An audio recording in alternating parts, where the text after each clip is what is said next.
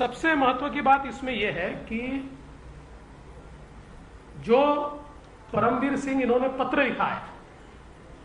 आप सभी ने, मैंने कल भी उसको ट्वीट भी किया था, उस पत्र में एसएमएस का एक या व्हाट्सएप जो भी होगा उसका उन्होंने एक सबूत दिया है, एक एविडेंस दिया है, और जिसमें बहुत स्पष्ट रूप से वो पूछते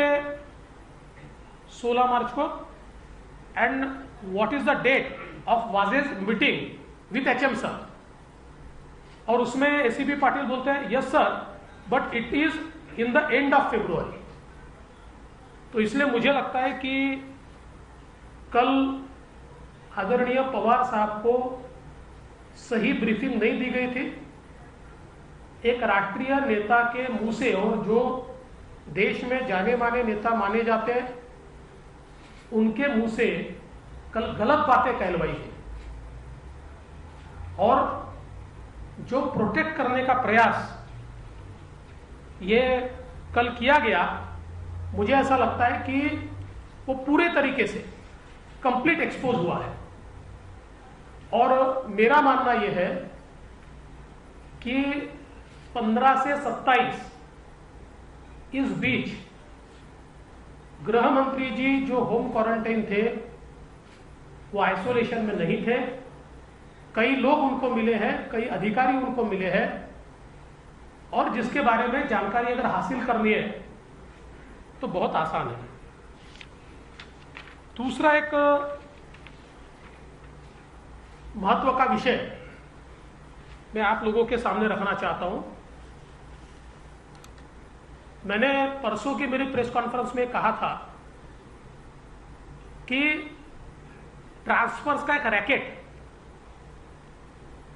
ये कमिश्नर ऑफ इंटेलिजेंस ने पकड़ा। पकड़ने से पहले बकायदा डीजी और एसीएस होम की परमिशन ली, और उसका एक रिपोर्ट, ये रिपोर्ट भी उन्होंने माननीय मुख्यमंत्री जी तक पहुंचाया। 2017 में जिस समय मैं मुख्यमंत्री और गृह मंत्री था, आप लोगों को याद होगा कि मुझे जानकारी मिली थी कि मुंबई के किसी होटल में कुछ लोग डीलिंग कर रहे हैं और कुछ पुलिस अधिकारी वहां जा रहे हैं। मैंने तुरंत कमिश्नर इंटेलिजेंस को बुलाया, मुंबई सीपी को बुलाया, एक प्लान ऑपरेशन हमने किया, तुरंत इंटरसेप्शन किए, उन सभी लोगों को अरेस्ट किया और चार्जशीट भी दाखिल हुई, क्योंकि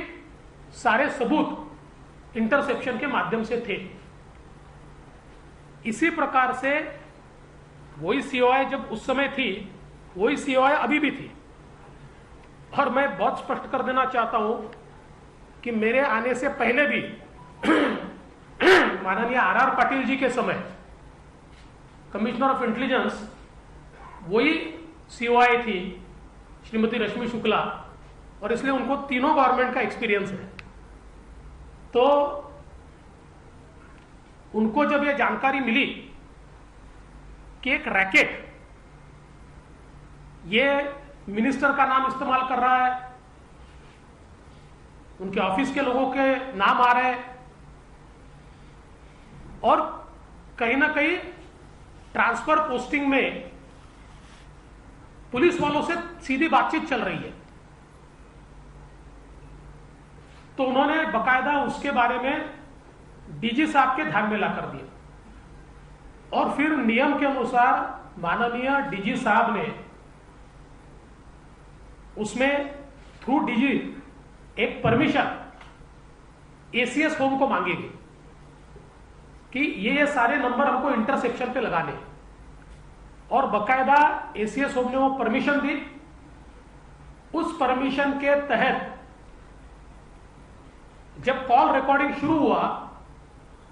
तो बड़ी एक्सप्लोजिव चीजें बाहर आने लगी, और कई बड़े अधिकारी, कई पॉलिटिकल लोग, इनके नाम चर्चाएं ये इसमें से बाहर आने लगी। और ये सारी चीजें ध्यान में आने के बाद इसको सारा कंप्लीट इसका रिपोर्ट उस समय सीओआई ने तैयार किया और 25/8/2020 को यह रिपोर्ट सीओआई ने, कमिश्नर ऑफ इंटेलिजेंस ने डीजी साहब को दिया और डीजी साहब ने 26 तारीख को, ये अनसाइंड है लेकिन जो मंत्रालय में वो साइंड है, आप उसकी चिंता मत कीजिए, नहीं तो फिर वापस, और ये तो साइंड ही लेटर है। 26 तारीख को उन्होंने, डीजी साहब ने उस समय के एसीएस श्री सीताराम कुंटे जी को ये फॉरवर्ड किया और उसमें बहुत स्पष्ट रूप से उन्होंने ये कहा कि ये जो सारा रिपोर्ट है, hence it is recommended that this be brought to the notice of Honorable Chief Minister at the earliest, and an immediate and comprehensive inquiry be ordered by the state CID to identify concerned individuals and take necessary legal action. It is also advised that the secrecy of the report be ensured in order to prevent unnecessary scrutiny which may bring disrepute to the government. ऐसा बिल्कुल clear पत्र ये DG साहब ने उसके बाद लिखा